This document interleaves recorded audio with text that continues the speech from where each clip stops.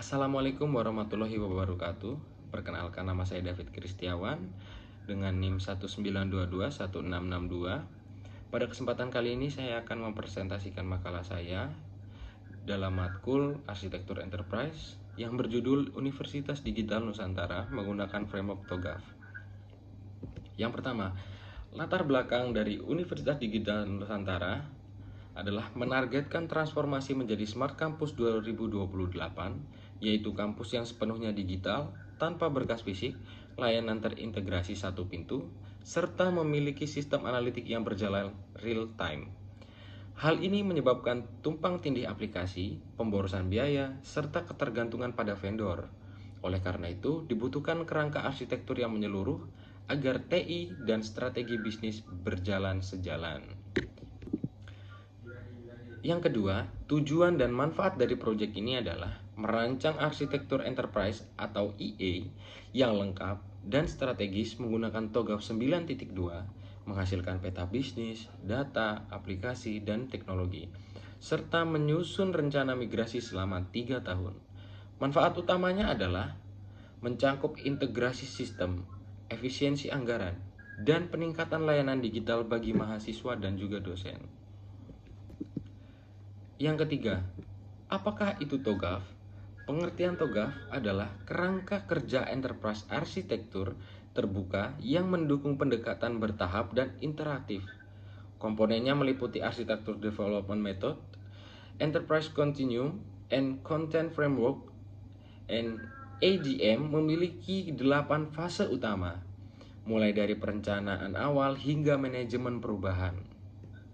Gambaran Universitas Digital Nusantara memiliki lebih dari 18.000 mahasiswa, 7 fakultas, dan 142 program studi.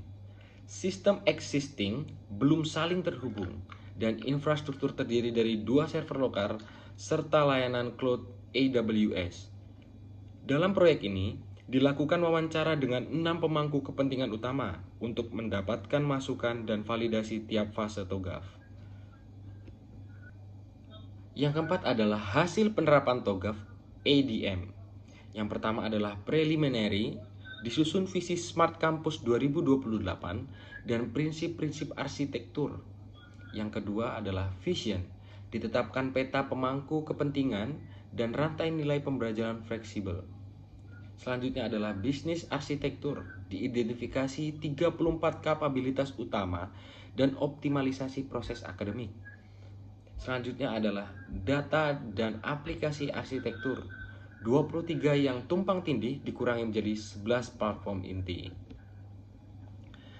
Selanjutnya adalah teknologi arsitektur, penggunaan teknologi cloud AWS dan arsitektur microservice.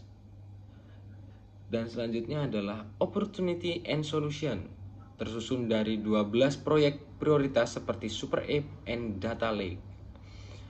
Selanjutnya yang ketujuh, migration planning, disusun rencana 3 tahap implementasi dari 2025 hingga 2028. Yang terakhir adalah governance and change, ditentukan KPI dan siklus evaluasi arsitektur tiap semester. Untuk materi selanjutnya adalah analisis gap dan rencana aksi.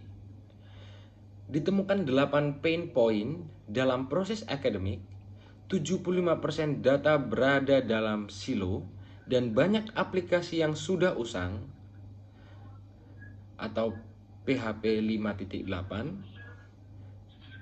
3 skenario dievaluasi. Yang pertama adalah full cloud, yang kedua adalah hybrid, yang ketiga adalah fast migration.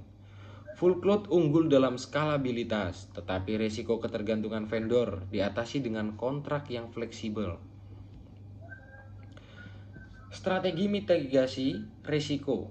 Berapa tantangan utama seperti perubahan budaya, keterbatasan dana, dan keamanan data dihadapi dengan: pertama, program literasi digital dan user champion.